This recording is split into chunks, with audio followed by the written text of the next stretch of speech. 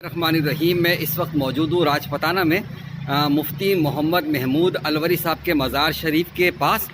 और यहाँ हाज़िरी का मौका, मज़ार शरीफ की हाज़िरी तो हो गई, लेकिन एक बड़ा अच्छा मौका ये मिला मुझे कि अल्हम्दुलिल्लाह देखिए लोग अपने बुज़ुर्गान दीन से अक़ीदत और मोहब्बत का इज़हार मुख्तलिफ़ तरीक़ों से करते हैं।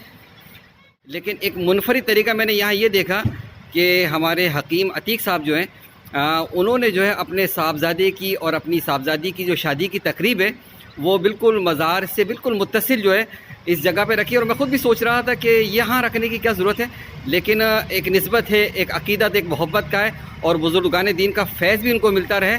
तो बड़ा अच्छा लगा और बड़ी खुशी भी हुई कि एक बुज़ुर्ग का मज़ार है और बुज़ुर्ग के मज़ार के बिल्कुल साथ जो है माशाअल्लाह से जो है अल्हम्दुलिल्लाह इन्होंने ये शादी का इनेकाद किया। अल्लाह तबारक व तआला इन्हें बरकत रहमत अता फ़रमाए।